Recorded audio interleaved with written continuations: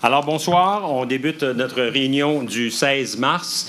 Comme vous pouvez le voir, la réunion se tient à huis clos. C'est un nouvel arrêté ministériel que nous avons reçu aujourd'hui qui nous permet de tenir les réunions à huis clos et aussi qui permet aux membres du Conseil de pouvoir participer à la réunion par l'entremise de n'importe quelle plateforme possible. Et nous avons ici au téléphone Mme Lucie Laberge, qui est la conseillère du district numéro 4, qui se joint à nous. Alors donc, présentement, nous avons ici 5 conseillers plus moi. Avant de commencer la réunion, je veux simplement vous dire que vous savez très bien qu'on est dans une situation de crise, le fameux coronavirus. Je répète à tout le monde que nous avons interdit l'accès à tous les bâtiments municipaux, que ce soit des bâtiments utilisés par les employés de la ville ou que ce soit des bâtiments utilisés par des organismes liés à la ville, comme par exemple le Polydium, la FADOC, 55+, le Club Rendez-vous. Alors, ce sont tous des bâtiments qui étaient utilisés par des organismes et on doit les fermer. Il faut bien comprendre que la situation est quand même importante, je dirais importante, parce qu'aujourd'hui, le gouvernement a déclaré que les nouveaux cas de contagion étaient de forme communautaire, c'est-à-dire que ce n'étaient plus des gens qui arrivaient de l'étranger, mais c'était plutôt des gens qui avaient été en contact ici sur place avec des gens qui étaient déjà affectés. Alors donc, au niveau de la ville, on va faire tout ce qu'on peut pour continuer de donner le service, malgré que nous soyons aussi atteints d'un problème de nature informatique qui fait qu'il est très difficile pour nous de donner le même service. Mais notre problème de nature informatique, on a bon espoir qu'il soit résolu vendredi prochain et qu'à partir de lundi prochain, tous nos services vont être en mesure d'être donnés de la même façon qu'on les a toujours donnés.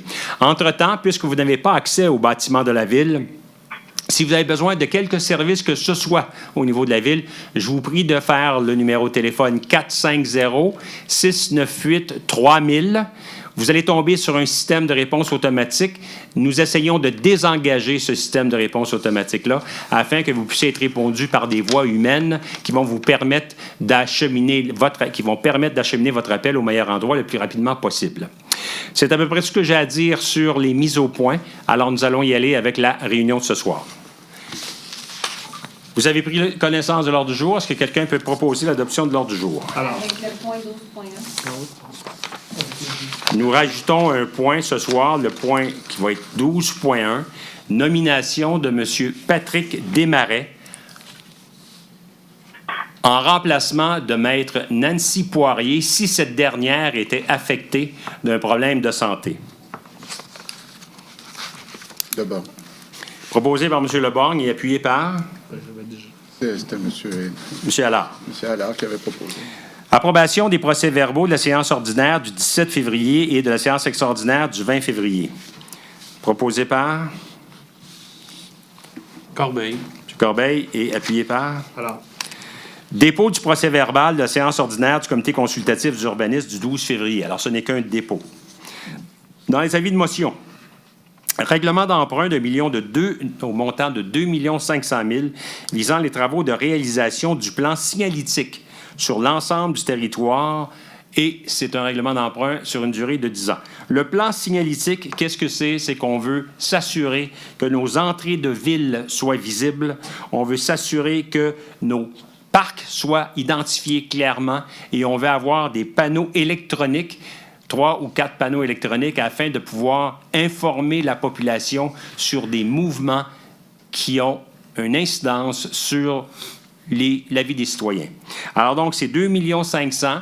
Il reste à peaufiner beaucoup de ce programme-là. Il y a des firmes qui travaillent à nous proposer quelque chose, donc on devrait avoir quelque chose sous peu. Mais le règlement d'emprunt, lui, va quand même s'acheminer. Proposé par? Gendron. Alors, c'est déposé par M. Gendron. Règlement d'emprunt visant les travaux de mise aux normes et amélioration des bâtiments et des annexes de l'île Saint-Bernard pour un montant de 800 000 800 000 l'île Saint-Bernard, c'est une combinaison de choses qui sont à faire à la piscine, au bâtiment du manoir et aussi à l'amélioration des services qui sont donnés actuellement par Compagnium.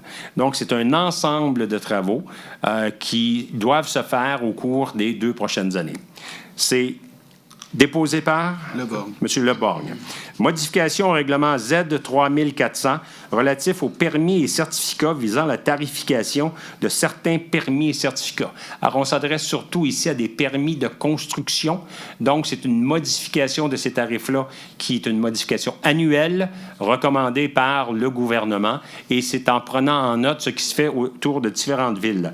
La seule chose, c'est que nous, dans notre résolution, nous allons nous assurer que les modifications n'excèdent pas 50 $. C'est déposé par? Gendron. M. Gendron. Modification au règlement Z de 3001 visant l'agrandissement de la zone H326 à même la zone C317 dans le secteur de la rue de Bruxelles. Alors, la rue de Bruxelles, elle se termine dans ce qu'on appelle un cul-de-sac qui tombe sur deux terrains qui, eux, ont une devanture sur la rue Pierre-Boursier. Ces deux terrains-là, qui étaient zonés commercial, on va modifier le règlement de zonage afin qu'ils deviennent résidentiels. Et le cul-de-sac va rester un cul-de-sac. On ne débouchera pas la rue de Bruxelles sur la rue Pierre-Boursier. La rue de Bruxelles, vous savez, elle est tout de suite parallèle avec la rue Sainte-Marguerite. Donc, ça va rester un cul-de-sac, mais ça va nous permettre la construction de 4 ou 5 maisons unifamiliales. Alors, il va y avoir aussi une haie qui va être mise sur Pierre-Boursier, de telle sorte que la visibilité va quand même être protégée de façon correcte. C'est déposé par? Corbeil. M. Corbeil, qui est le conseiller de ce district-là. Adoption de règlement. Modification du règlement G042 visant la tarification pour l'utilisation des biens et services de la Ville pour l'année 2020 afin de modifier certains tarifs applicables à l'inspection et au permis. Ça, c'est un avis de motion qui avait déjà été donné de façon préalable. Alors, ce soir, c'est l'adoption du règlement dans sa forme finale. Proposé par? Gendron. Et appuyé par? Gendron. M. Gendron le propose, je vais l'appuyer. Modification du règlement Z 3400 relatif aux permis et certificats visant la tarification de certains permis et certificats. Ça, c'est ce que je vous ai parlé tout à l'heure au point 3.3. Donc, cette augmentation sera dans tous les cas limitée à 50 $. Proposé par? Gendron. Et appuyé par? Corbeil. Modification du règlement du zonage Z de 3001 visant l'agrandissement de la zone H326 à même la zone C317 dans le secteur de la rue de Bruxelles. Ça, c'est le premier règlement de l'avis de motion qu'on vient d'avoir tout à l'heure. C'est proposé par? Corbeil. Et appuyé par? Modification du règlement Z de 3001 visant à permettre les abris d'automobiles préfabriqués et les toits plats, et ceux avec un versant pour la remise de jardin. Ça, c'est un avis de motion qui a eu lieu il y a 2 mois. Deuxième projet le mois passé, et là, maintenant, c'est le projet final. Proposé par? Gendron. Et appuyé par? Corbeil. Approbation de la liste de personnel et des départs à la retraite. Ce mois-ci, nous n'avons pas de départ à la retraite. La liste du mouvement des personnels, c'est d'un département à l'autre. Proposé par? Corbeil. M. Corbeil et appuyé par M. Gendron. 5.2, approbation de l'entente concernant la disparité de salaire des pompiers temporaires à temps partiel et ceux de Saint-Isidore. Pourquoi? C'est 2 catégories de pompiers, les pompiers temporaires, les pompiers à temps partiel et ceux de Saint-Isidore, parce que nous avions ce qu'on appelle une clause orpheline.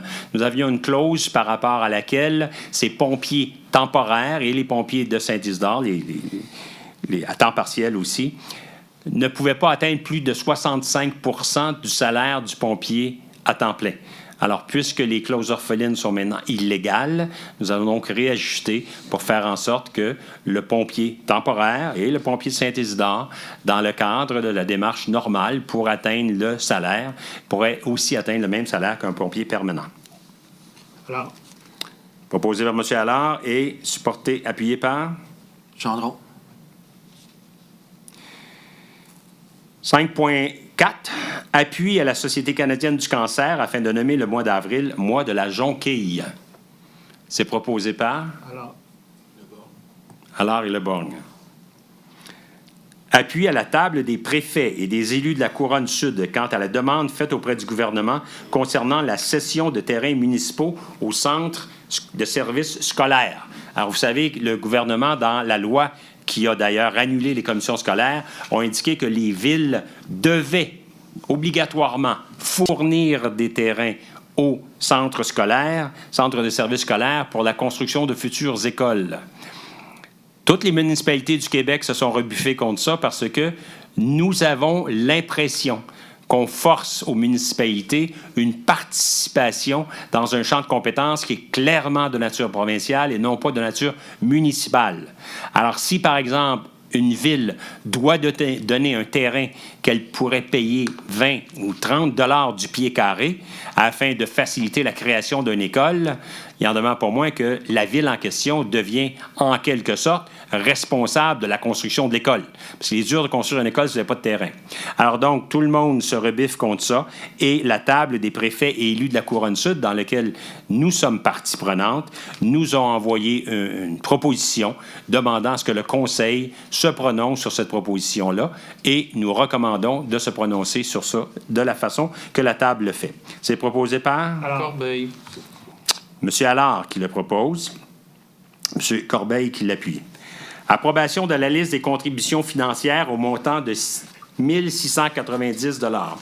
Alors, considérant la nature de la situation qui prévaut actuellement, vous allez comprendre qu'il y a beaucoup d'activités qui sont annulées ou qui sont tout simplement qui n'auront pas lieu.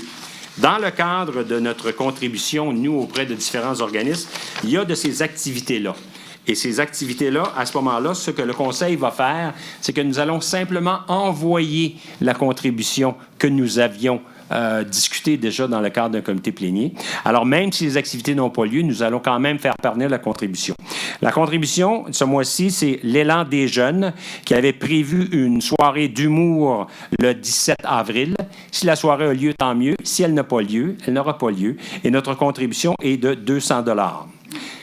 Canard Illimité avait prévu un souper bénéfice le 25 avril. Considérant le support que Canard Illimité donne à Héritage Saint-Bernard et à beaucoup des terrains qui sont ici à Châteauguay, qui sont protégés par Canard Illimité, nous avions prévu acheter une table à 80 $ le billet, une table de 8, donc 640 $. Carrefour Jeunesse Emploi, c'est une coop d'initiation à l'entrepreneuriat collectif qui devait y avoir lieu. Si ce carrefour-là, cette coop-là n'a pas lieu, on va quand même contribuer 500 $. Et le souper de la faim de la fabrique Saint-Joachim, qui cette année donne les fonds collectés auprès des sœurs missionnaires.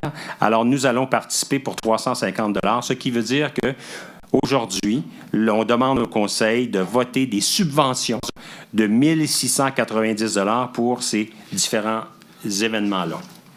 Proposé par Gendron. Alors, Gendron et M. Allard. Attribution du contrat pour la fourniture de services de remorquage de fourrière et de véhicules routiers à la firme Charrette Services d'Auto pour un montant de 96 854 $ pour 3 ans, avec option pour prolonger pour 2 périodes additionnelles de 1 année. 96 000 $ pour 3 ans, ce n'est pas nécessairement ce que nous allons verser. Il faut comprendre que dans la nature de tel appel d'offres, on donne des montants qui sont un petit peu des montants étalons. On dit si nous avions tant de véhicules arrêtés par la police, si nous avions tant de véhicules entreposés, alors comment ça coûte? S'il y en a moins, il y en a moins. Et s'il y a malheureusement, il y en a plus, il y en a plus. Alors, c'est la firme Charrette Services d'Auto qui est le seul offrant de services qui a réussi à passer et le test de la police et aussi la conformité avec le comité de coordination d'évaluation qui avait été mis sur pied. Alors donc, il y avait ces deux étapes-là à franchir. Le test de la police, afin que tous les administrateurs et les actionnaires de la firme soient qualifiés par la police, et ensuite les compétences au niveau justement de la nature des services qui sont donnés. Ça, c'était le comité de sélection qui déterminait ça. Alors donc, proposé par? Corbeil. Et appuyé par? Moi. 6.2. Autorisation de signature entre la Ville de Châteauguay et la firme Énergère pour le contrat de fourniture de luminaires de rue au DEL aux services connexes, avec services connexes, incluant la réalisation et le paiement des prestations supplémentaires à titre de mesures hors bordereau, au montant d'1 427 640 taxes incluses.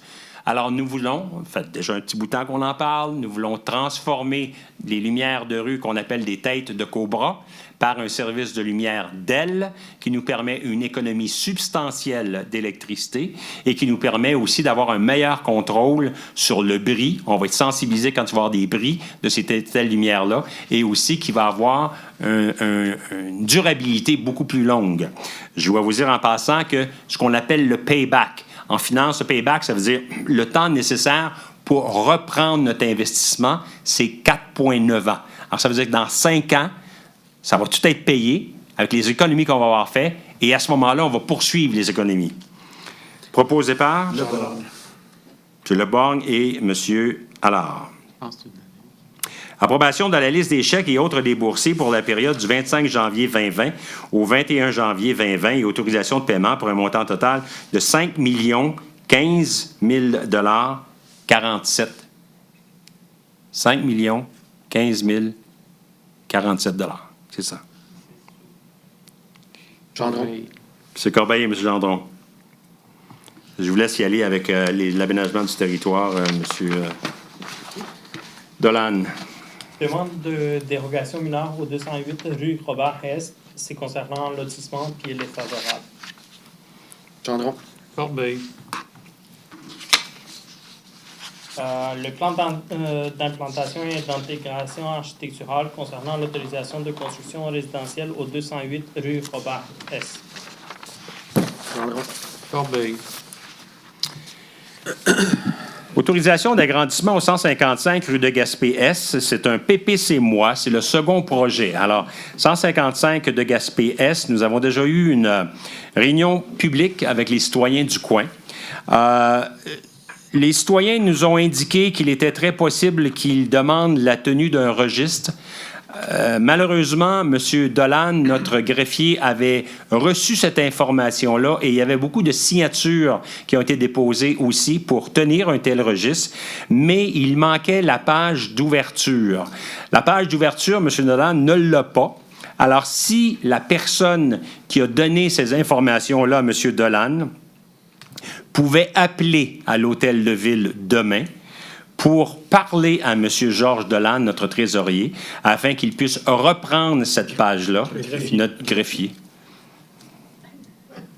afin qu'il puisse reprendre cette page-là et poursuivre les démarches s'il y a lieu de tenir le registre. Alors, c'est le second projet ce soir, proposé par Corbeil. et appuyé par M. Allard. Retrait du domaine public et fermeture comme rue d'une partie d'un lot d'une superficie de 1420 pieds carrés.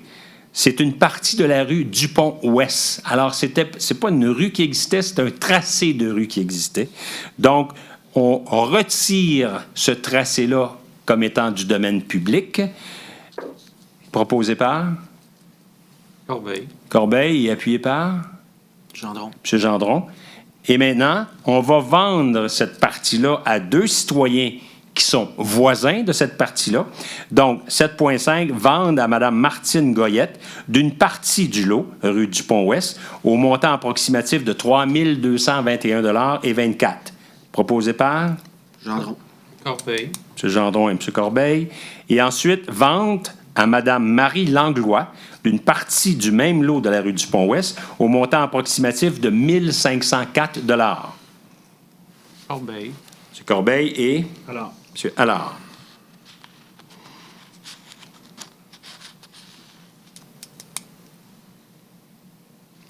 « 7.8. Modification de la résolution 2019-04-256 concernant le délai de signature de l'acte de vente entre l'entreprise Immobilier LRS et la Ville.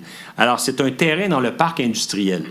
Et comme la majorité des terrains dans le parc industriel, ils ont besoin de ce qu'on appelle une approbation en vertu de l'article 22 de la loi sur la qualité de l'environnement.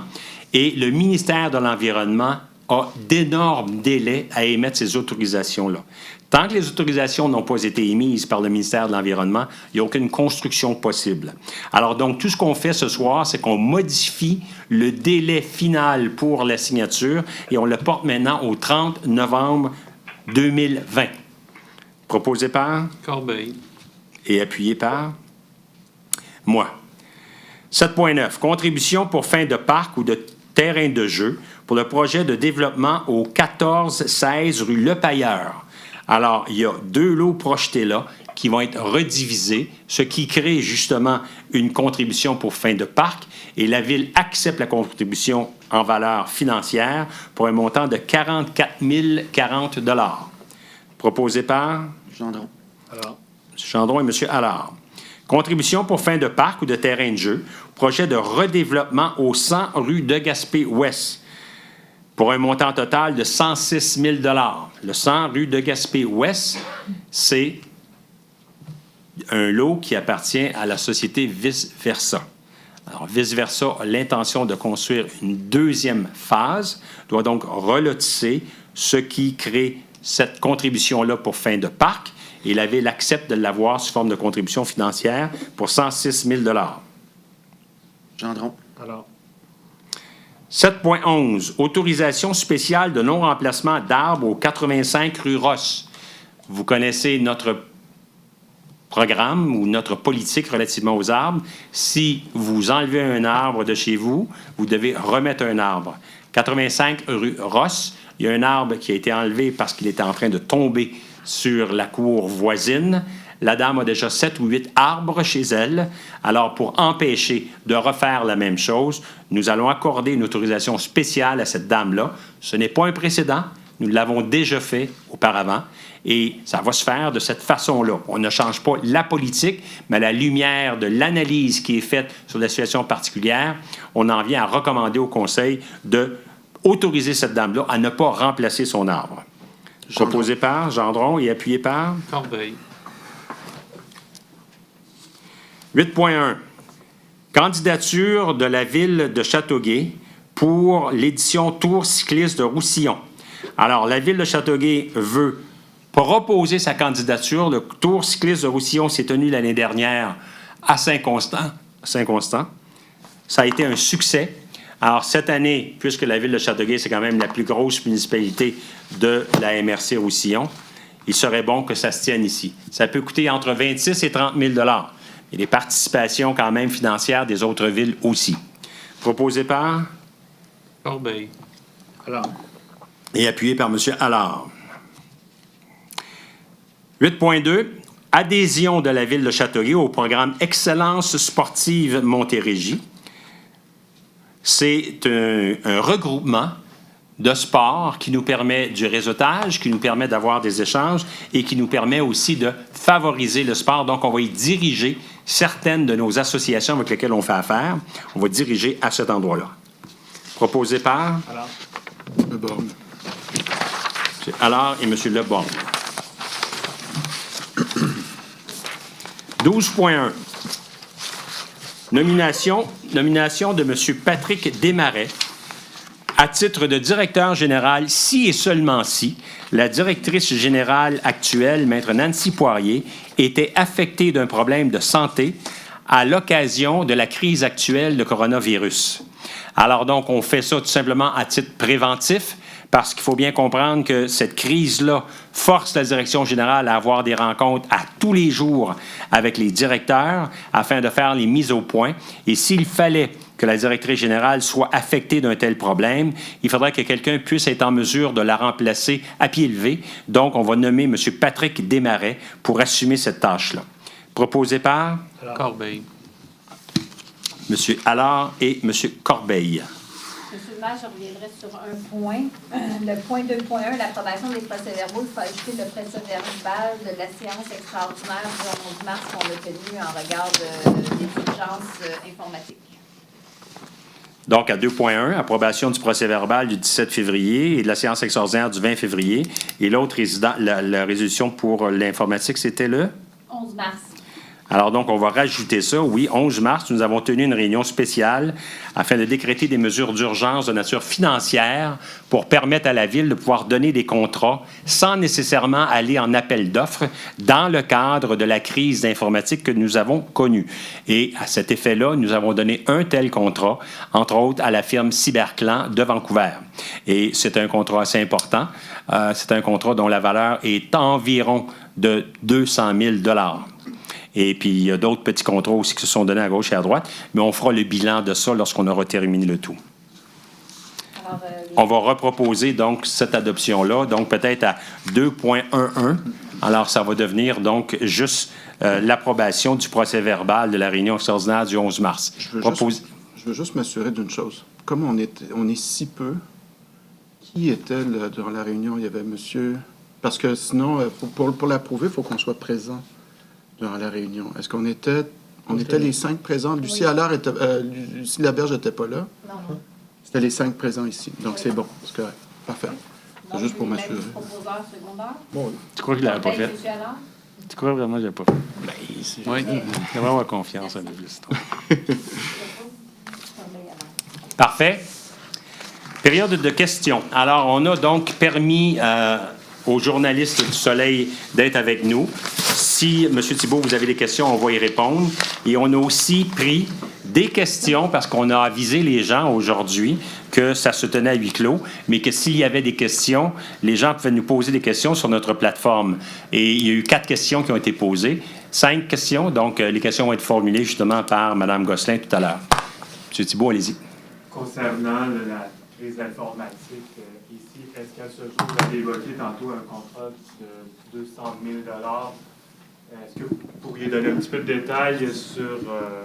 est-ce qu'il y a eu d'autres contrats? Ça coûte combien, là?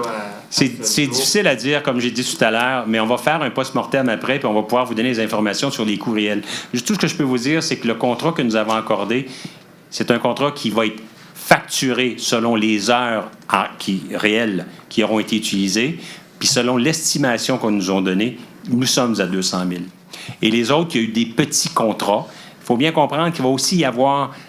Il y a eu beaucoup d'aide qui nous a été donnée. Puis d'ailleurs, je remercie les employés de la Ville qui ont apporté leur propre ordinateur, qui se sont servis de l'accès Internet qu'ils avaient avec leur téléphone afin de brancher l'ordinateur. Nous avons eu un support formidable des employés de la Ville et il va y avoir tout un tas de compensations de ce type-là qu'il va falloir donner. Alors, ça va peut-être prendre une autre semaine ou 2 après que nous allons avoir récupéré notre système, mais on va pouvoir vous communiquer l'ensemble des frais sans aucun problème.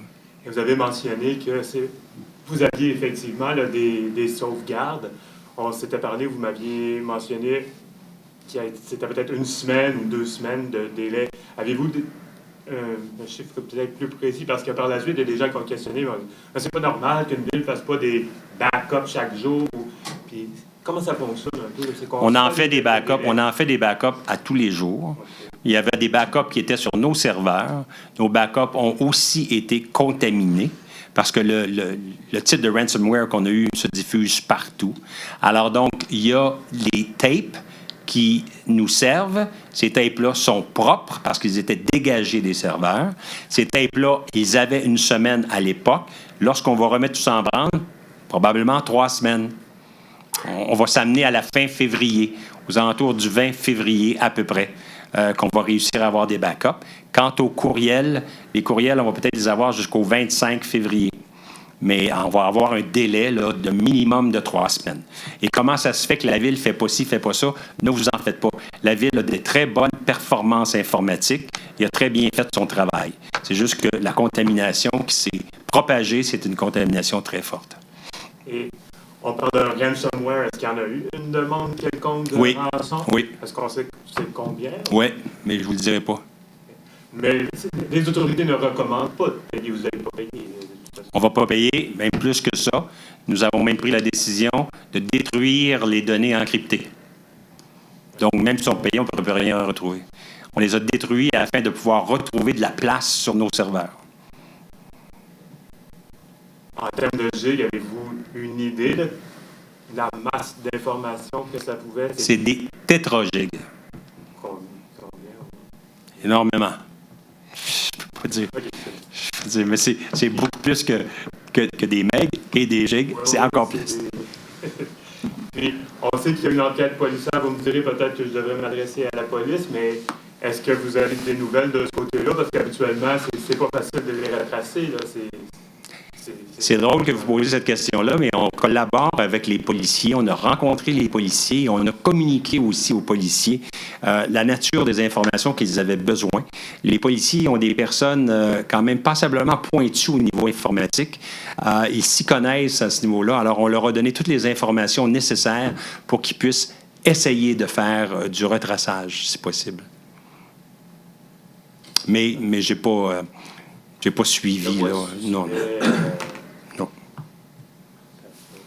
Puis peut-être si on revenait au tour, le tour cycliste. Le tour cycliste, vous parlez de 26 à 30 000 $, mais c'est à partager les coûts à plusieurs villes, ou c'est de 26 à 30 000 $ pour la ville de Châteauguay? Ça peut coûter à peu près 25 000 $, parce que comme nous, l'année passée, Pour nous avions participé à ça l'année passée, nous avions donné 5 000 $. OK.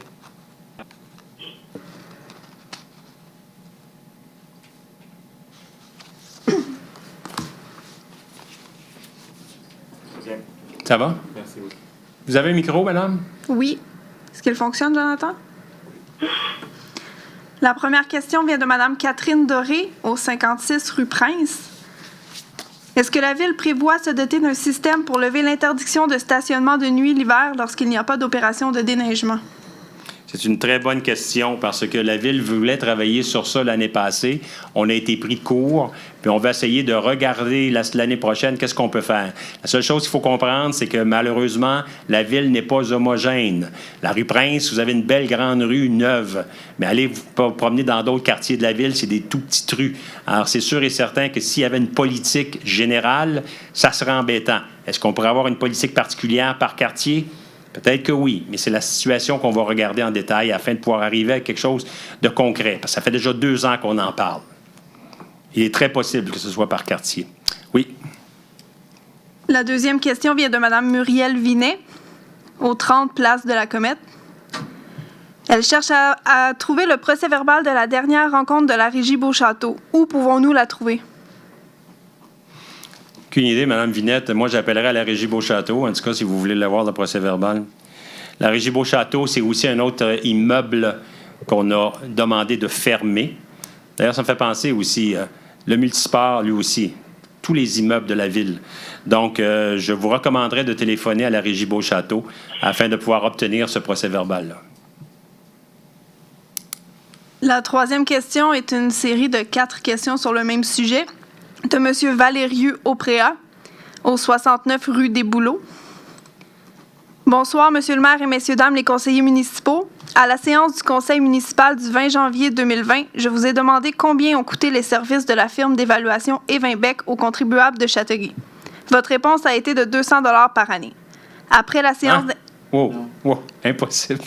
Non, c'est impossible. C'est pas 200 $ par année, loin de là. Je me souviens plus du chiffre, mais c'était pas 200, de toute façon. Allez-y. Après la séance d'information en privé avec Evinbec en février 2020, vous avez déclaré au journal Le Soleil de Châteauguay que l'évaluation a coûté 3,9 millions de $ sur 4 ans. Quel est donc le réel montant? 3,9 sur 4 ans. $20. Êtes-vous satisfait du travail fait par la firme Evinbec et qu'avez-vous fait pour superviser leurs travaux? On ne peut pas superviser leurs travaux. Ce sont des professionnels. Il faut bien comprendre qu'est-ce que c'est un professionnel. C'est quelqu'un qui est responsable lui-même de son travail. Alors, ce qu'on a fait avec la firme Evinbec, c'est que lorsqu'on a vu qu'il y avait beaucoup de commentaires sur l'évaluation, nous les avons fait venir et nous avons demandé aux gens de s'inscrire pour les rencontrer samedi. Il y a eu 80 personnes qui sont venues là. Alors, donc, ces 80 personnes-là ont reçu des réponses. Quant à savoir quelle est la valeur d'une chose, c'est l'évaluateur professionnel qui va pouvoir vous le dire, malheureusement. C'est pas nous, en supervisant quoi que ce soit, qui vont être capables de déterminer la valeur. C'est un petit peu comme un médecin. Alors, vous pouvez peut-être le superviser, le médecin. Mais s'il vous dit c'est ça, à un moment donné, ça va être ça. Pourquoi ne respectez-vous pas vos engagements politiques énoncés pendant votre campagne électorale concernant la taxation? Je veux respecter mes engagements politiques. J'y tiens. Les engagements politiques que nous avons pris durant les élections, c'était que nous aimerions ne pas augmenter les taxes taxes en autant que nous augmentons les revenus de d'autres sources. C'est précisément ce qu'on a dit et c'est ce qu'on essaie de faire depuis le début de notre mandat ici. La première année, on n'a pas augmenté les taxes. L'année passée, on est obligé d'augmenter les taxes un peu et cette année de 2 %. Et je veux toujours rester avec la même chose. Si je suis capable d'augmenter les revenus de d'autres sources que les taxes foncières, c'est ce que je vais faire. Et la dernière question pour M. Oprea. J'aimerais que vous donniez une réponse à la pétition contre les hausses de taxes municipales déposée à la réunion du conseil municipal du 17 février dernier. Malheureusement, monsieur, le budget de la Ville a déjà été approuvé, a déjà été voté. Donc, s'il y avait une réponse à donner à votre demande qu'il n'y ait pas d'augmentation de taxes, il faudra que ça vienne l'année prochaine. Maintenant, M. Peter Colser, au 8 Trèfle-David, aimerait connaître comment contester l'évaluation de sa propriété réalisée par Evinbec. Je suis persuadé que M. Costler pourra aller sur le site d'Évaluation Québec et il va pouvoir voir toutes les procédures. Et d'ailleurs, si ma mémoire est bonne, la période de fin, c'est au mois d'avril, à la fin du mois d'avril, parce qu'il y a une période. 30 avril. 30 avril, parfait. Alors, toute cette procédure-là, elle est décrite auprès du tribunal administratif du Québec. Mais vous avez jusqu'au 30 avril. Alors, s'il y a de la matière à contester votre évaluation, ça va être à vous d'en faire la preuve. Et la dernière question de M. Dave McMahon, au 40 rue Rodrigue, concerne un sujet dont nous avons discuté plus tôt. J'aimerais simplement savoir si la problématique de rançongiciel a été réglée ainsi que les coûts engendrés par cette attaque informatique, mais surtout, est-ce qu'un impact sur le compte de taxes est envisagé? Non, on n'a vraiment pas envisagé d'impact sur le compte de taxes et la problématique n'est pas encore réglée. Je dois vous dire que s'il fallait que ça ait un impact sur le compte de taxes, je